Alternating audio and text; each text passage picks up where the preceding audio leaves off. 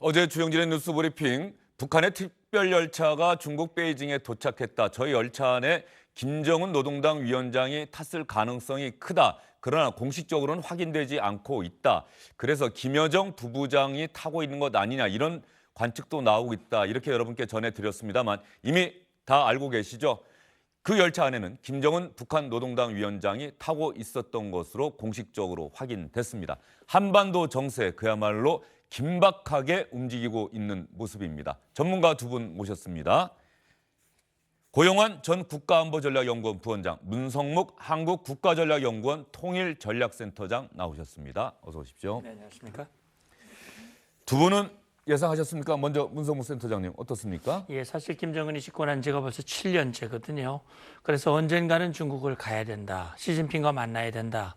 그런 또 필요가 있다라는 생각을 했지만 이번에 이렇게 전격적으로 중국을 방문하고 시진핑과 회담을 하게 되리라고는 미처 예상을 못했습니다. 아, 미처 예상하지 못했고. 네. 어제 주영진의 뉴스 브리핑에 나온 북한 전문가분들도 여러 가지 정황이나 지금의 상황, 정세 등을 감안했을 때 사실은 김정은이 직접 갔을 리가 있겠느냐. 네. 만약에 갔다고 한다면 정말 급한 일이 있어서 간 것일 거다. 이렇게 분석을 좀 하셨던 기억이 좀 납니다. 네. 예상을 하지 못하셨다고 하니까 그 생각이 갑자기 나네요. 우리 그렇습니다. 고영환 박사님 어떻게 생각하십니까? 저도 예상을 못했던 그러셨어요? 그런 축에 속하는데 제가 몇 가지를 인용을 해드리면요. 예.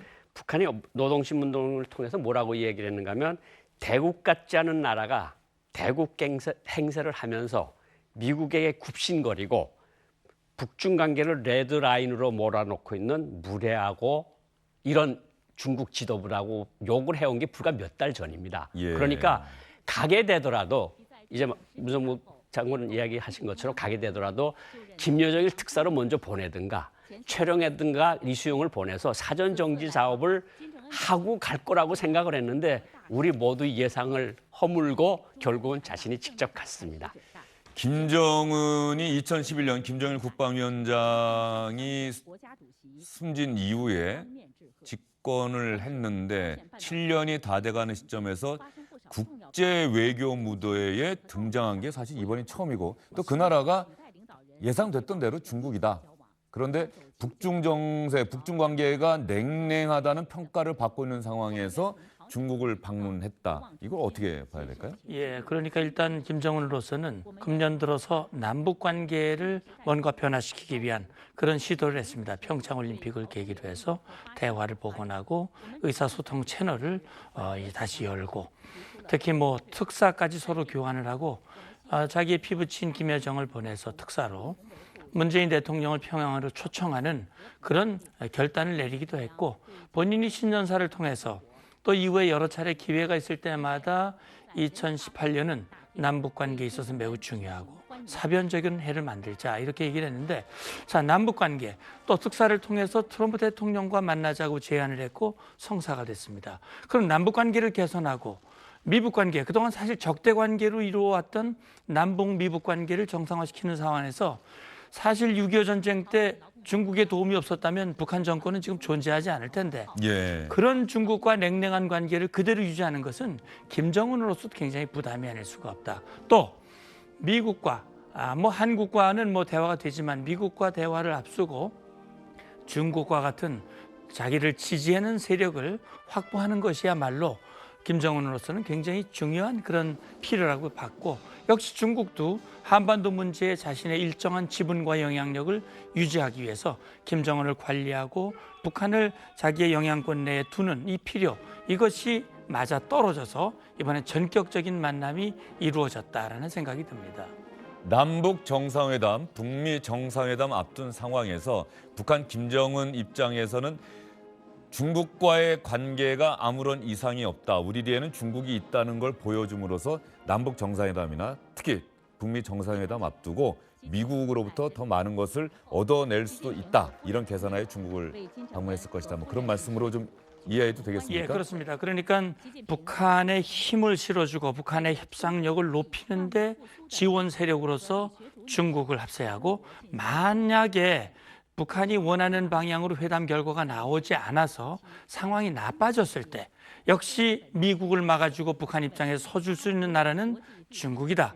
협상력도 높이고 나중에 위험 상황의 보험자의 역할도 할 수 있고 뭐 양수겹장에 그런 계산이 함께 작용됐다는 생각이 듭니다. 고영한 박사님, 사실 김정은은 집권한 이후에 아버지 김정일 국방위원장과는 달리 전용기도 마련을 해서 비행기 타고 국내 시찰도 다니고 말이죠.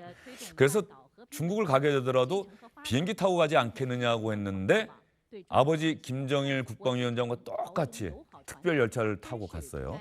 평양에서 베이징까지는 얼마나 걸립니까? 평양에서 베이징까지 원래 심량을 거쳐서 가는 게 17시간에서 18시간 정도 걸립니다. 그런데 특별 열차인 경우는 13시간 내지 14시간이면 가거든요. 이른바 신호 통제를 다 하기 때문에 논스톱으로 간다는 얘기죠. 논스톱으로 가고 예. 원래 또 북한 열차가 베이징으로 가면 심량역에 한 3시간 기다리면서 좀 있었던 시간도 빼면 그렇게 됩니다. 그런데 저렇게 간 거는 일종의 사람들한테 아버지처럼 할아버지처럼 저렇게 중국에 가시는구나. 이런 옛날 그 연상을 시키는 그런 효과도 분명히 있을 거고 또 사실은 안전 문제도 고려 안 할 수가 없는 거거든요. 그래서 이번에 김여정은 평양에 둬두고 자신이 이제 당 간부들, 조직 담당 부위원장, 선전 담당 부위원장, 국제 담당 부위원장, 외무상 등을 다 데리고 간 거거든요. 그러니까 이번에 이 문장께서 말씀하신 것처럼 제가 조금 좀 첨부를 해드린다면 저는 김정은이 올해 1월 달부터 중국을 가려고 생각했다고는 생각질 않습니다. 예. 3월 5일 날 특사단을 만났고 미국 정상회담, 남북 정상회담을 했는데 미국이 태도가 볼튼을 임명하고 폼페이오를 국무장관으로 하고 지명을 하고 그리고 또 리비아식 핵해법 시간 끌 생각하지 말아라고 계속 그러니까 이게 미국 정상회담이 깨지는 경우에 나한테 안전판이 필요하겠다. 그러니까 중국은 전격적으로 제의를 한 것으로 보이고 3월달 들어와서 중국도 그럼 비핵화 의지를 밝히겠으면 오라. 그래서 이번에 이 회담이 양측의 이해관계가 맞아져서 북중 순회 회담이 진행됐다 이렇게 볼 수 있을 것 같습니다. 그림 좀 다시 한번 보여주시겠어요? 시진핑 중국 국가주석이 김정은 북한 노동당 위원장을 맞았고 부인 펑리완 여사도 같이 나왔고 김정은 위원장의 부인 리설주도 같이 나왔는데 시진핑 중국 주석의 표정이 말이죠. 상당히 밝아요. 사실 그동안에 냉랭했던 북중 관계에 감안한다면 나올 수 없는 표정인데 양측 두 사람의 표정이 모두 밝았다. 정상회담 상당히 성공적이지 않았느냐라고 하는 평가가 나올 법하지 않습니까? 저기 지금 양국 관계를 이야기할 때는 저렇게 웃습니다. 그런데 이제 어떤 부분에 들어가서 이야기하는 거 보면 굉장히 근엄한 표정으로 시 주석이 이야기를 하고 김정은이 약간 다소곳한 표정으로 받아 적는 게 있습니다. 아마 조 장면이 비핵화 이야기를 할 때 바로 저 장면이네요. 저 장면이죠. 예, 그러니까 다소곳하게 받아 적는데 예. 시진핑 주석은 굉장히 근엄한 얼굴이거든요. 예. 저 때 비핵화 이야기를 한 것으로 보이고 얼굴색이 서로 좋을 때는 양국 관계를 대를 이어서 발전시키고 이건 뭐 김일성 주석 때부터 모태동 주석 때부터 이런 얘기를 했을 때는 밝아지고 그러니까 양면되는 표정을 다 보여줬다 이렇게 볼 수가 있을 것 같습니다. 그동안 시진핑 중국 주석은 김정은을 어떤 면에서 보면은 북한의 정상으로 정상회담을 할 상대로 여기지 않았다 이런 이야기들이 많이 나오지 않았습니까? 사실은. 그럼요. 왜 그러냐면 시진핑은 기본적으로 북한의 핵 개발 또 핵실험 미사일 발사 이런 것들을 반대해 왔고 그때마다 하지 말라고 얘기를 했고 근데 공교롭게도 중국이 뭐 중요한 행사를 하거나 뭔가 국제적으로 중국이 뭔가를 보여줘야 할 그 시점에 핵실험 미사일 발사 그런 것들을 함으로써 시진핑에게 상당히 불쾌감과 불편함을 그동안 줘왔거든요. 그러니까 시진핑이 자신이 집권하고 김정은이 집권한 뒤로 단 한 번도 만나지 않았다고 하는 것은 북중 관계를 우리가 혈맹이다 또는 순망치한이다 이런 표현을 쓰는데 그럼에도 불구하고 그런 관계를 유지해 왔다고 하는 것은 말씀하신 대로 시진핑 주석의 마음속에는 아직은 김정은과 만날 때가 아니다. 김정은은 아직 나의 대화 상대가 아니다. 라는 생각을 하고 있었을 가능성이 있는데 지금 저렇게 환한 모습을 보여주는 것이 역시 국제관계고 그것이 외교가 아닌가 하는 생각이 드는데 지금 사실 지금 저렇게 환하게는 웃지만 사실 제가 북한 사람들을 만나서 얘기를 해보고 중국 사람들을 만나서 얘기해 보면 서로 간에 넘을 수 없는 그런 불신과 그런 경계감이 있는 거거든요. 아마 이렇게 회담을 했다 하더라도 또 언제 어느 때 다시 불편한 그런 상황이 있을지는 아직은 알 수는 없습니다. 예, 조금 전에 고영환 박사께서 말씀을 해주셨는데 비핵화 관련해서는 중국 매체에서는 분명히 비핵화와 관련한 이야기가 있었다는 보도가 나왔어요. 조선중앙통신도 김정은 위원장의 방중 사실을 보도하긴 했는데 비핵화 얘기는 없습니다. 자, 화면 보십시오. 북한의 조선중앙통신 비핵화와 관련한 기사 내용 중에 언급은 전혀 없습니다. 그러나 중국의 CCTV와 신화통신을 보면 김정은 위원장, 시진핑 주석과의 정상회담에서 비핵화 실현이 우리의 일관된 입장이다. 남한과 미국이 단계적 조치를 취하게 되면 한반도 비핵화는 해결될 것이다. 이렇게 이야기를 했습니다. 왜 북한 매체는 아직까지 보도를 하지 않고 있고 중국은 바로 이 내용을 보도를 하도록 했을까요? 고영환 박사님 어떻게 보십니까? 이번 김정은 연설문에 어떤 표현이 나오는가 하면 제가 방문을 하겠다는 제의를 수락을 하고 쾌히 받아주시고 그리고 제가 첫 방문지로 중국을 택한 것은 너무나도 당연한 일이고 저희 조중 친선을 목숨처럼 여기는 것은 나의 중대한 책무라고 김정은이 얘기를 했거든요. 거의 정말 백기투항하고 시진핑 주석한테 들어갔다고 봅니다. 그러니까 비핵화를 들어가기 전에 양측이 회담을 할 때 비핵화 의지를 밝히겠느냐, 비핵화 의지가 밝히겠다고 했으니까 나는 저 정상회담이 가능했다고 보고 저런 결과가 나왔다고 생각을 하는데 북한이 아직까지는 뭐 그런 얘기를 하지 않았습니까? 노동신문이 며칠 전에도 태평양 물이 마르면 말랐지 우리가 핵을 포기하는 일은 없을 것이다. 예. 이게 노동신문 얘기입니다. 예. 제 이야기가 아니고. 그런데도 불구하고 지금 회담에서 우리한테 미국한테 중국한테 비핵화선을 하거든요. 그런데 이걸 아직 북한 인민들한테 알리기에는 논리가 어쨌든 논리 정리가 아직 안 된 것 같고 또 미국 정상회담도 또 아직 될지 안 될지도 아직은 잘 모르는 상황이거든요. 그러니까 북한으로서는 조심스럽게 나가자는 것 같고 논리도 주민들과 당원들과 군인들한테 우리가 비핵화를 하겠습니다. 근데 또 그 사람들이 말하는 비핵화는 우리가 말하는 비핵화하고 차이는 있습니다. 이따 시간이 되면 그것도 말씀드릴 기회가 있을 것 같은데 어쨌든 비핵화라는 소리가 하는 순간에 김정은이 지도력이 훼손을 받을 수가 있거든요. 그러니까 지금은 아직까지는 조용히 있는 거죠. 태평양 물이 마르기 전에 우리가 핵을 포기하는 일은 없을 것이다. 이렇게 이야기한 게 불과 며칠 전인데 당장 비핵화와 관련해서 최고 지도자가 중국 주석에게 이런 얘기를 했다라고 북한 매체들이 보도하기에는 섣부른 감이 있다. 이런 분석을 해주셨고요. 문 박사님 생각 어떻습니까? 예, 맞습니다. 저도 그런 같은 생각인데 아직은 북한 매체에서 노동신문이든 조선중앙통신이든 비핵화와 관련된 언급은 아직은 없습니다. 그런데 중국 입을 통해서 이런 얘기가 나오고 있고 우리 대북 특사를 통해서도 비핵화 얘기가 나왔거든요. 결국은 중국의 입을 통해서 또는 우리 대북 특사를 통해서 우리의 비핵화의 의지는 분명하고 그런 의지가 진정성이 있다라고 하는 것을 제3자의 입을 통해서 이제 보여주는 상황인데 사실은 여기서 유의해야 할 부분은 중국이 발표한 내용 중에서 남한과 미국이 단계적 조치를 하면 이라고 하는 조건이 들어가 있고 예. 그다음에 한반도 비핵화라고 얘기를 하고 있습니다. 이것이 이제 우리가 말하는 북한의 비핵화와는 다른 것인데 한반도라고 하는 그 표현 속에 남한과 미국의 단계적 조치가 포함된 비핵화의 의미를 가지고 있다라고 하는 점에서 우리가 유의를 하면서 북한의 입장 또 우리의 대비를 해야 될 것 같습니다. 예. 두 분과 이야기 나눈 사이에 SBS의 북한 전문 기자 안정식 기자 이 자리에 나왔습니다. 안정식 기자 어서 오십시오. 안녕하십니까. 오늘 오전에 바빴죠? 예, 좀 그랬습니다. 때까지. 통일부에서 뭐라 그러던가요? 통일부에서는 뭐 특별히 이 건에 대해서는 이렇게 뭐 명확히 얘기는 안 하고 있습니다. 지금 뭐 일단은 더구나 이 상황에서는 뭐 청와대가 입장을 내는 걸 좀 지켜보는 게 우선이겠죠. 일선부처에서는. 예. 청와대에서는 어쨌든 사전 네. 통보는 받았지만은 언제 통보받았는지는 밝히지 않겠다 이렇게 또 이야기를 하고 있는데 안정식 기자도 나오셨으니까 이제 본격적으로 더 이야기를 해보도록 하겠습니다. 정상회담과 관련한 영상부터 다시 한번 보여주세요. 이 중국 CCTV가 보도한 영상인데 아직까지 북한 매체들은 이 조선중앙통신이 활자로만 보도를 했지 영상은 나오질 않고 있습니다. 1시간쯤 뒤에 북한의 조선중앙TV가 오늘 오후 방송을 시작하면 그때 혹시 영상이 나올지 모르겠습니다. 만약에 영상이 나오게 되면 여러분께 실시간으로 전해드리고요.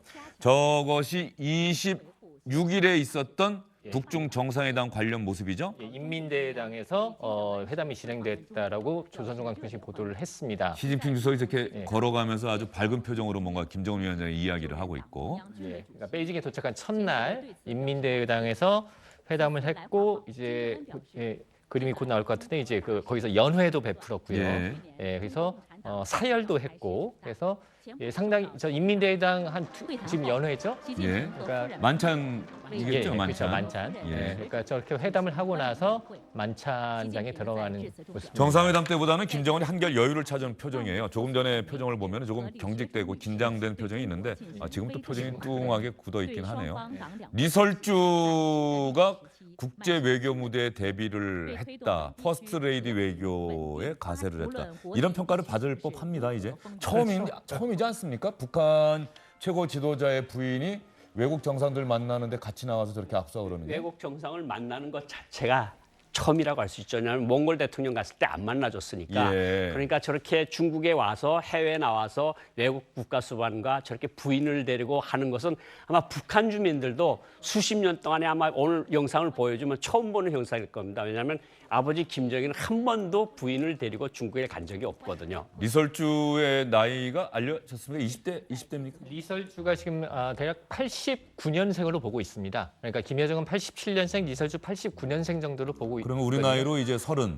그렇죠. 그렇다고 한다면 전 세계 국가의 퍼스트 레이디 가운데는 가장 어리지 않을까 싶기도 뭐 합니다. 김정은 자체도 예. 사실은 84년생인데 지금 김정은 자체도 만 34세 나이로 최고 지도자 하는 나라가 있나요 지금? 일단 그것도 살펴봐야 되겠지만 조금 전에 중관촌 IT밸리 참관할 때 최룡해가 뒤에서 보는 얼굴이 나왔고 이거는 27일 오찬 중국이 거기서 오찬 장소에서 저렇게 악수를 나누고 이제 이별 인사까지 하는 장면까지 다 보도가 됐네요. 예, 떠나는 데까지 시진핑 주석이 나와서 배웅을 했다 이렇게 지금 보도가 되고 있습니다. 예, 저 영상 상당히 인상적입니다. 차 안에서 손을 흔들며 작별 인사를 하는 모습까지 중국 매체들은 이렇게 보도를 했습니다.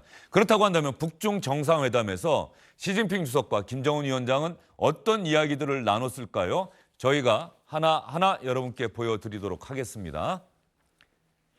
김정은 노동당 위원장, 우리의 전격적인 방문 제의를 쾌히 수락해 주신 데 대해 감사드린다. 시진핑 주석, 김정은 동지와 리설주 여사 중국을 비공식적으로 방문했다. 환영한다는 이야기를 하면서도 시진핑 주석이 저렇게 이야기를 했다라고 하는 건데 맥락상 여러분께서 조금 이해하시기가 어려울 수도 있을 것 같습니다. 어쨌든 중국을 김정은 노동당 위원장 부부가 비공식적으로 방문을 하게 됐다. 환영한다. 이런 얘기인데 저기서 말이죠. 우리 안정식 기자. 예. 분명히 양측의 공식적인 보도에 의하면 중국의 초청, 시진핑 주석의 초청으로 김정은이 방문했다고 돼 있는데 김정은이 저렇게 이야기를 해요. 우리의 전격적인 방문 제의를 시진핑 주석이 쾌히 수락해 준 데 대해서 감사하다. 그렇다고 한다면 먼저 중국 방문하겠다고 얘기한 게 북한이라는 얘기 아닙니까? 그렇습니다. 사실 오늘 조선중앙통신 보도가 상당히 길게 나왔습니다. 굉장히 자세하게 기사를 냈는데 거기 이제 보면은 초반에는 시진핑 주석의 습근평 주석의 초청으로 김정은이 갔다 왔다 이렇게 앞부분 됐거든요. 그렇게 돼 있어요. 네, 그래서 예. 저도 역시 뭐 예상하던 대로 중국이 초청했나 보다 했는데 저게 지금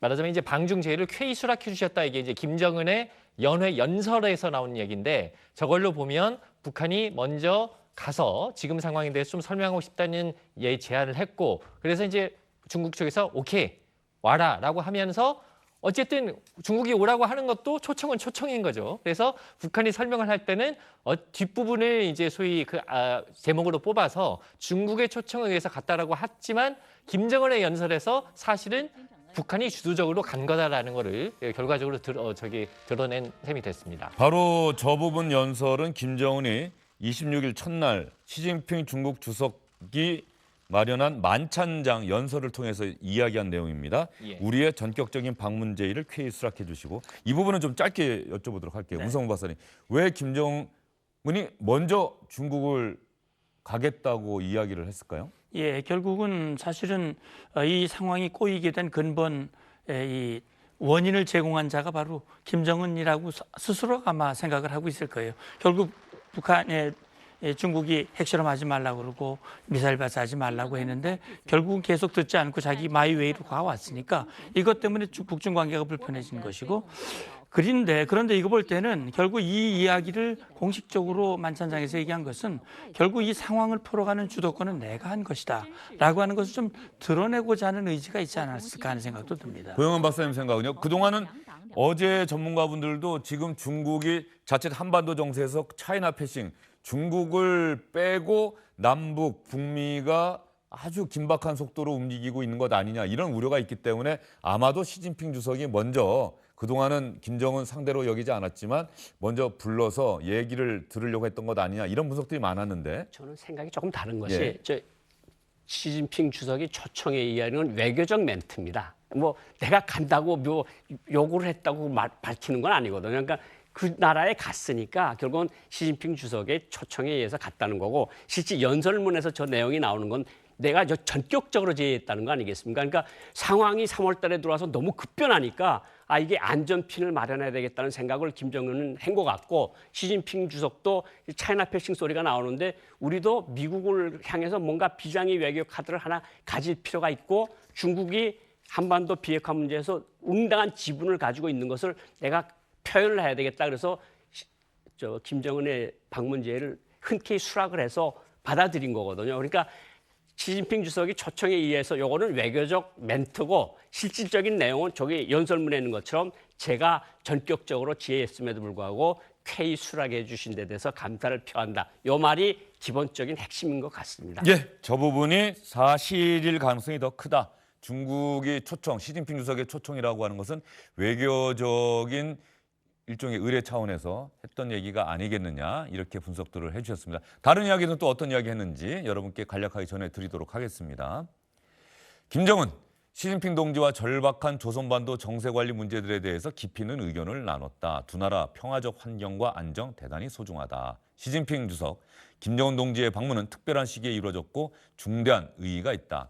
새로운 역사적 시기에 두 당, 중국 공산당과 북한의 조선노동당을 이야기하겠죠. 두 당, 두 나라 관계를 새로운 단계로 격상시켜 나가자. 또 어떤 이야기 있을까요?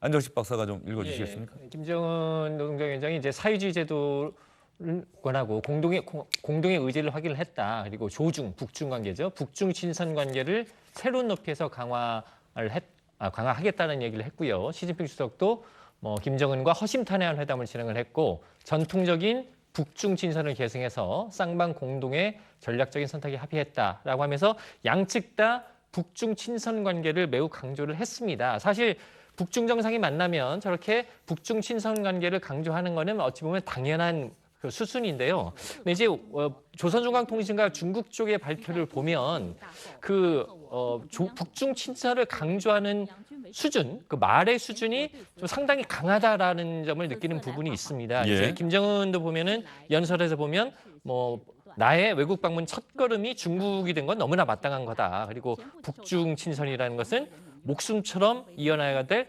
숭고한 의무다라고 표현을 했고요. 중국 쪽에서 이제 시진핑 주석이 했다는 말도 중국 쪽 보도를 보면 북중 우위를 발전시키는 거는 전략적인 선택이자 유일한 선택이다 이런 표현까지 썼습니다. 그거는 그냥 전통적으로 우리가 생각하는 북중 친선을 뛰어넘어서 지금의 정세에서 중국도 북한을 어떻게든지 끌어안는 것이 중국의 이익에 도움이 되고 북한 입장에서도 중국과 관계 개선하는 것이 지금 국면에서 굉장히 중요하다라는 전략적인 이해관계가 아주 정확하게 맞아떨어지고 있다. 이런 부분을 느낄 수 있을 것 같습니다. 시진핑 주석의 만찬 연설을 보면 말이죠. 그 중국과 북한의 친선 우호 관계, 혈맹 관계 그러면서 개인적인 인연을 상당히 강조를 한 대목이 나와요. 자신의 아버지 습중훈 동지도 생전에 조선의 지도자들이 중국을 방문했을 때 여러 차례 영접을 나갔다. 김일성, 김정일 두 수령들과도 긴밀한 관계를 유지를 했는데 자신의 기억에 1983년 6월에 김정일 당시 총비서 동지가 중국을 처음으로 방문했을 때 1983년이면은 35년 전이네요. 김정은이 태어나기 전인 걸로 1년쯤 전에 이때 김정일이 처음으로 중국을 방문했는데 시진핑 주석의 아버지가 직접 김정일 총비서 동지를 역전에서 맞이하였고 더위를 무릅쓰고 고궁 참관에 동행했다. 김정일 총비서 동지는 매우 큰 감동을 받고 이 이야기를 여러 차례나 말씀했다. 내가 2008년에 북한을 방문했을 때도 김정일이 바로 그 얘기를 하더라. 이런 개인적인 인연, 개인사까지 얘기하면서 이 북한과 중국의 혈맹, 우호 관계를 강조했다. 상당히 예우를 하고 있다는 생각이 절로 듭니다. 네, 맞습니다. 물론 그동안 외형적으로 나타난 것은 냉랭한 관계를 유지했고 시진핑, 김정은 사실 7년 만에 만나는 것이고 정상으로 만나는 것도 처음이고요. 그래서 결국은 이번 만남의 의의를 높이고 서로가 서로에게 신뢰와 우위를 확인하고 또 과시하는 그런 내용이 지금 연설에 담겨져 있는데 특히 말씀해 주신 대로 과거의 아버지대로부터 이어온 이런 특별한 관계 또 북한과 중국과의 이 관계를 과시함으로써 앞으로 이제 남북 또는 미북 정상회담을 앞두고 조금 전에 우리 안 기자께서 말씀하셨습니다만 북한과 중국은 사실 전략적으로 이해를 같이 하고 있습니다. 말하자면 지금 단계적으로 미국과 한국이 무언가 조치를 하면 비핵화 협상을 하겠다라고 하는 것은 결국 그동안 중국이 북한 핵 문제에 있어서 쌍중단, 쌍궤병행이라고 하는 주장을 했던 것과 북한이 미국의 적대 관계를 포기하고 자기들과 평화협정을 맺고 새로운 체제를 맺자라고 하는 것과 사실 맥을 같이 하는 것이거든요. 북한과 중국은 결국 한반도에서 미국의 영향력을 최소화시키고 끊어내는 전략적인 이해를 같이 하고 있고 그런 차원에서 북한이 미국과 협상을 해서 그런 전략적인 선택을 가지고 협상을 했을 때 미국이 거부하고 잘못된 상황으로 이어지면 중국이 적극 북한을 지원해 줄 수 있는 그런 여건을 만드는 그 내용이 사실 연설에 담겨져 있다는 생각이 듭니다. 예. 그런데 사실 그동안 말이죠. 김정일 국방위원장이 이른바 유언을 남기면서 그동안 알려져 오기로는 중국을 절대 믿지 마라. 이렇게 이야기를 했다라고 하는 것 아니겠어요? 그런 측면에서 본다면 김정일 위원장은 대단히 실용적으로 중국을 상대했던 것 아니냐. 그래도 필요로 할 땐 가서 또 도움을 요청해서 경제적 지원 받아왔고 그럼에도 불구하고 중국 믿지 말라고 했다. 그런데 그제 북한과 중국의 정상들이 이야기했던 것을 보면은 그래도 북한에게는 중국밖에 없는 것 아니냐는 이야기가 나올 수밖에 없는 것 같습니다. 김일성 주석도 중국 사람들은 주머니가 4개가 있다. 주머니 4개에 뭐 있는지 나도 모른다. 중국 사람들 믿지 말라. 이건 김일성 주석이 얘기고 예. 김정일 위원장도 절대로 중국 믿지 말라. 그랬고 김정은도 계속 각을 세웠던 거 아닙니까? 그런데 어제 시진핑 주석, 얘는 아버지가 시중신 부총리 예. 아닙니까?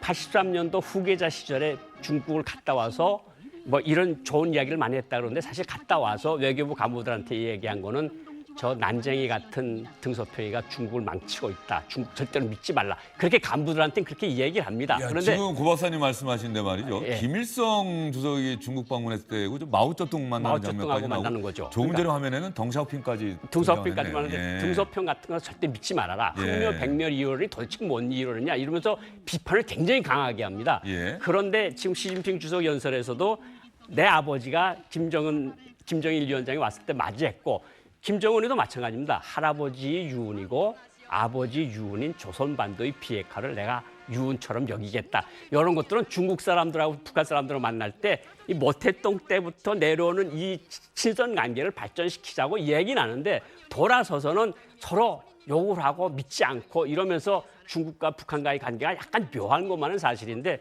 이제 문 장군님께서 이야기한 것처럼 둘이서 전략적 이해관계는 같이 한다는 데 문제가 있고 사실 김정은 위원장이 베이징역에 도착했을 때 마중 나간 사람이 누군 줄 아십니까? 중국 공산당 정치국 상무위원이 나갔습니다. 우리나라 대통령 치면 갔을 어느 때 정도 급입니까? 우리나라 치면 대법원장 그쯤 되는 사람이 나온 거죠. 사실은 정치국 상당히 상무위원 높은 사람이네. 상당히 정치국 높은 사람이죠. 상무위원이 어느 정도 8명 중에 1명이니까.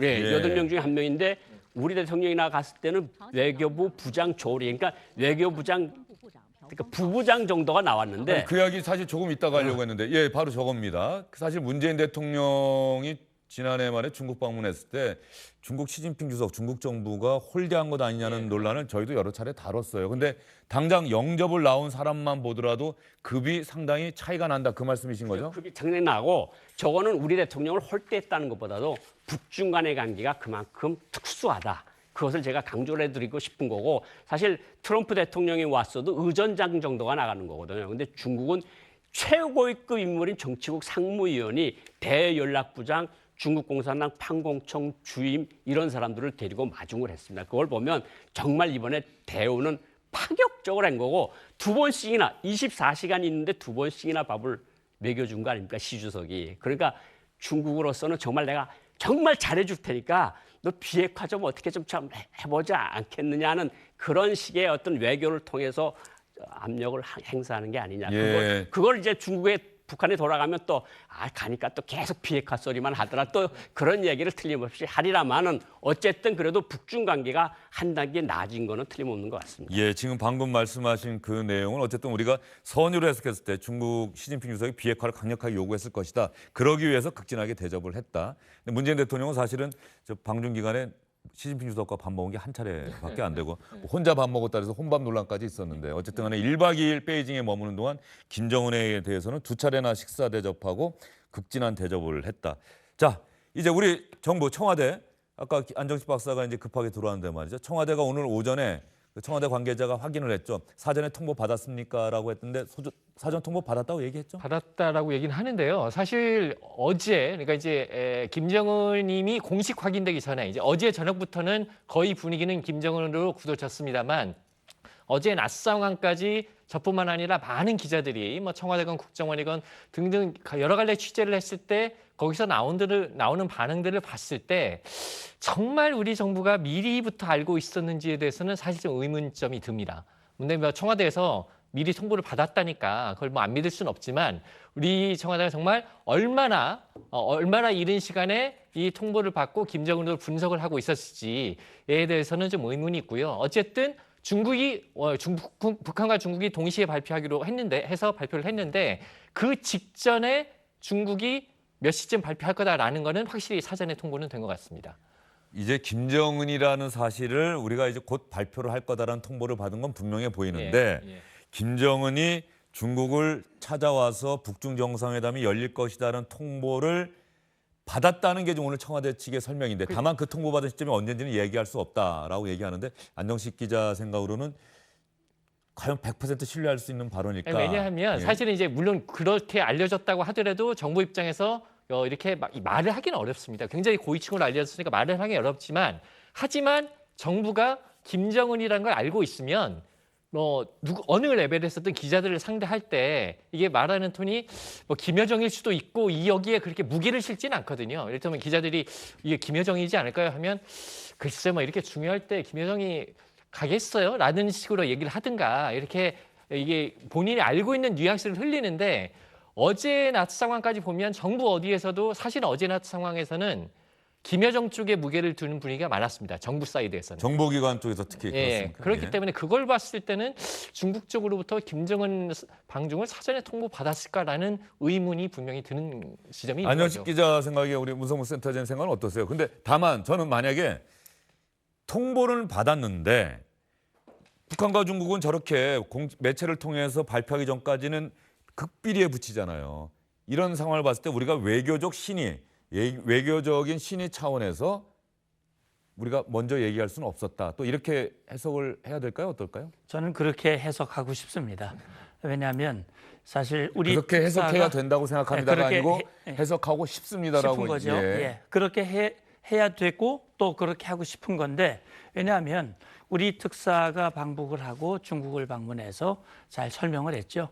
그래서 중국에서도 또 역시 우리에게 이제 특사가 오기로 돼 있습니다만 아마도 한중 관계가 돈독하다면 말씀하신 대로 이 사실을 사전에 우리에게 통보를 하고 그러나 이것을 우리가 공식 발표할 때까지는 반드시 보안 유지를 해달라라는 요청을 함께 받았다면 아마도 전혀 누구도 그거를 밝힐 수 없는 아마 그런 상황이었을 것이라고 보고 사실 그런 한중 관계가 유지가 돼야 앞으로 우리 고 부원장님 말씀하신 대로 비핵화를 우리가 원하는 방향으로 끌고 갈 수 있다고 저는 그렇게 기대하고 싶습니다. 예. 고영한 부원장님. 중국하고 북한하고 관계는 특수관계입니다. 제가 자꾸 강조를 하는데 북한에서 요청을 하는 건 항상 뭐냐면 적국에게 절대로 알리지 말라는 거거든요. 내가 들어갔다가 김정일 때도 마찬가지였습니다. 평양에 들어가는 조선 땅에 들어갈 때까지는 비밀이다. 그 중국이 나는 그걸 지켰다고 생각을 합니다. 예. 그런데 정부가 알았느냐 안 알았느냐는 또 다른 문제가 뭐냐면 우리가 가 있는 휴민트가 있지 않습니까? 가림막을 설치하고 뭔가 통제하는 모습이 보이고 뭔가 기관차가 예비 기관차가 왜냐하면 중국의 평양에서 중국 들어올 때 신의주역에서 단동역 넘어올 때 기관차를 바꿉니다. 중국 기관차로. 왜냐하면 그러니까 북한 기관사가 중국 철도망을 잘 모르니까 중국 기관사가 끌고 가거든요. 그때 움직임들이 있거든요. 이거를 국정원이 탐지했을 가능성은 저는 충분하다. 그런데 중국이 우리한테 통보를 했다. 그거는 조금 의문점이 남습니다. 예, 알겠습니다. 어쨌든 간에 우리 특사단이 북한을 방문해서 김정은 노동당 위원장과 만나서 남북 정상회담 4월 말 합의하고 그다음에 미국을 방문해서 북미 정상회담까지 성사시켰습니다. 시진핑 중국 국가주석은 김정은 위원장을 만나지 못한 상태에서 우리 정의용 청와대 안보실장으로부터 북한 김정은 위원장 만난 사실을 설명을 들었었죠. 그러면 이제 북중 정상회담 만났으니까 우리가 중국으로부터 적어도 설명 받아야 되는 거 아니겠습니까? 그래서 내일 중요한 인물이 온다면서요? 양재치 국무위원이 내일 오는데요. 이게 이제 일정이 하루 미뤄져서 오는 겁니다. 하루 미뤄진 아니 겁니까? 하루 미뤄진 게 예. 아니라 그러니까 한번 예전에 미뤄졌다 한 번 이거죠? 미뤄졌다는 예. 한 번 미뤄져서 오는 건데 이게 이제 사실 해석하기 나름인데 어쨌든 김정은 방중이 북중 간에 좀 상당히 전부터 조율이 됐을 테니까 그걸 고려해서 뭐 이뤄서 오는 게 아니냐 이렇게 보는 시각들도 있긴 한데요. 그런 건지는 잘 모르겠고 어쨌든 지금 내일 오기 때문에 내일 오게 되면 당연히 우리도 관심사가 김정은이 와서 어떤 얘기를 했는지가 관심사일 테니까 양재츠 국무위원이 우리 주요 관계자들 그리고 문재인 대통령 만나서 이 부분에 대한 뭐 좀 상당히 자세한 설명이 있지 않을까 이렇게 예상이 됩니다. 정우영 안보실장, 대북 특사, 수석 특사 역할을 했던 정우영 청와대 안보실장이 중국을 방문해서 시진핑 주석을 만났던 날이 3월 12일입니다. 어제가 3월 27일. 그제 정상회담이 열렸다는 거죠? 3월 26일. 예, 그렇죠. 꼭 14일 전에 만났습니다. 그렇다고 한다면 과연 그때 이미 시진핑 주석이 김정은 위원장을 만나기 위한 사전 준비 작업을 하고 있던 상황인지 아니면 그 다음에 남은 한 10여일 동안의 기간에 김정은을 한번 만나봐야겠다. 내가 어떻게 한국 정부 당국자로부터 김정은이 이런 사람이다라는 설명을 들어야 되느냐, 내가 만나야 되는 것 아니냐, 어떤 게 더 확률이 크다고 보세요? 후자가 확률이 더 크다고 생각합니다. 그러니까 한 10일 어간에 결정된 거고 김정은 연설에도 전격적으로 제의를 했다는 게 나오거든요. 전격적으로 제의하고 회의 수락을 했다. 그걸 봐서는 우리 왔다 갔다 할 때보다는 그 후에 볼턴이 임명되고 폼페이오가 국무장관으로 지정되고 리비아식 해결법은 나오고 이러니까 이제 전격적으로 내가 만나야 되겠다고 해서 한 열흘 기간 동안에 이루어진 것이 결국은 정상회담으로 이어지지 않았나 이런 생각이 듭니다. 예, 문성목 센터장님 생각은 어떠세요? 예, 그럴 가능성이 많다고 저도 봅니다. 아니면 혹시 네. 김정은 위원장이 우리 특사들 만나고 남북 정상회담 합의하고 그다음에 이제 북미 정상회담 발표되지 않았습니까? 그 시점 즈음에서 중국 시진핑 주석을 내가 만나야겠다 싶어서 우리 특사단 가기 전에 먼저 또 연락한 건 아닌지. 뭐 그럴 가능성을 그때가 물론 하루 이틀 상관입니다. 예, 사실은. 배제할 수는 없습니다. 역시 북한이 나름대로 전반적으로 지금 금년에 자기들의 어떤 계산과 셈법을 풀어나가는 과정에 있어서 중국 또 앞으로 러시아와도 아마 접촉을 할 겁니다. 이런 상황에서 어떻게 해야 할 것인가 나름대로의 어떤 검토와 시나리오를 가지고 있었을 텐데 그 시점이 우리 특사 방중 이전이냐 이후냐 하는 것은 지금으로서는 확증하기가 어려운데 저 우리 고 부원장님 말씀에 좀 힘을 실어드리고 싶습니다. 예. 고영환 부장님 어쨌든 간에 북한 내부 움직임은 뭐 누구보다도 잘 아시는 분이니까 말이죠. 어쨌든 간에 양재츠 중국 상무위원이 와서 설명을 듣고 나면 내일 또 우리 중요한 일정이 하나 더 있네요. 내일 남북 고위급 접촉이 정상회담을 있죠? 위한 고위급 예. 회담이 있죠. 내일은 남북 정상회담 일정이 확정이 될까요? 그렇다고 봐야 되겠죠. 뭐 고위급회담 뭐 장관급이 만나는 거니까 날짜 나온다고 보는 게 일반적일 것 같습니다. 예. 3월 29일이 한반도 정세의 또 하나의 중요한 계기가 되지 않을까 싶습니다. 중국에서는 정치국 상무위원 양재츠 상무위원이 와서 북중 정상회담 결과를 문재인 대통령 예방하겠죠. 당연히. 네, 뭐 당연히 문재인 볼 것 대통령에게 같습니다. 설명을 할 것이고 남북은 고위급 접촉을 통해서 남북 정상회담 일정 합의를 할 것 같습니다. 일단 세 분과는 여기서 인사를 드리도록 하겠습니다. 오늘 두 분 말씀 정말 귀에 쏙쏙 들어왔습니다. 말씀 잘 들었습니다. 감사합니다.